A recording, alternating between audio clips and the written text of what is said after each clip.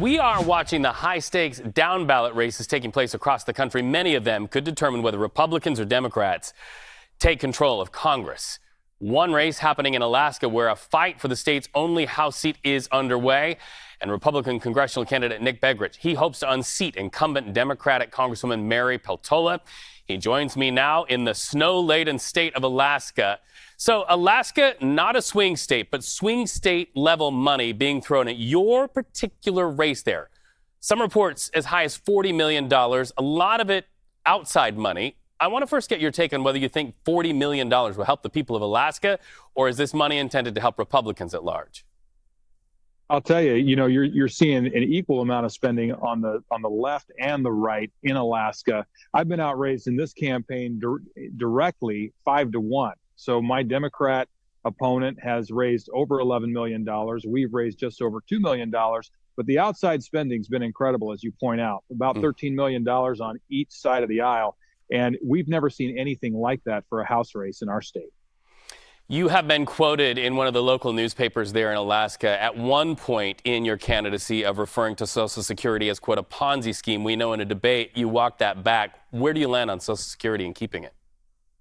Social Security is a critical program, and those comments, like so many comments around the nation, taken out of context. The truth of the matter is the government has been treating Social Security quite poorly, and they've been reappropriating the money in the Social Security Trust Fund in order to fund current operating expenditures, and that's wrong. Retirees need to know that they can count on those funds for retirement. Even though Social Security Administration and the Congressional Budget Office have both come out in recent years and said, look, we're not going to have the funds necessary to meet the commitments that we've made to seniors. We've got to fix that program. If you are elected to Congress, will you join the Freedom Caucus, which has been widely reported, even by Republicans, as being one of the more extreme factions in Congress?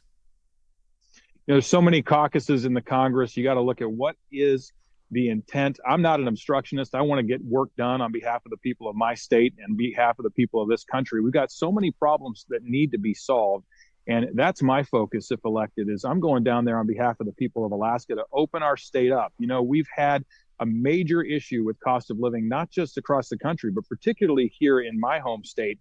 And what I tell folks is, look, if you want to lower the cost of energy, if you want to lower the cost of living in this country, the pathway to American prosperity begins with Alaska. Donald Trump endorses you.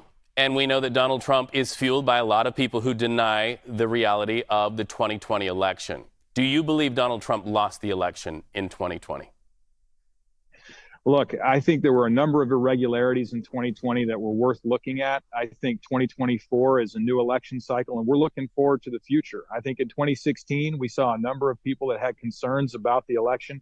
2020, we saw the same thing, and that concerns me.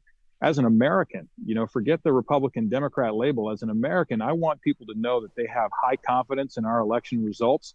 We should all strive for that. That's important. So anything that we can do to enhance election security will enhance the confidence of the American people as we head to the polls and we see the results of those polls here in a couple of days. With respect, sir, that is not a no standing there in the snow. So you are not willing to answer whether you believe Donald Trump lost the election in 2020. Well, I think we see that Biden is the president. He's not going to be the president here shortly. He's going to be stepping out of that role. But we've got to look forward, folks. I mean, that's at the end of the day, that's what's on the ballot is the future, not the past. And we also have to thank you for being on today. Your opponent did not accept our invitation to talk to us. So we do appreciate you having the conversation here. Thank you so much for talking to us on CBS News 24/7.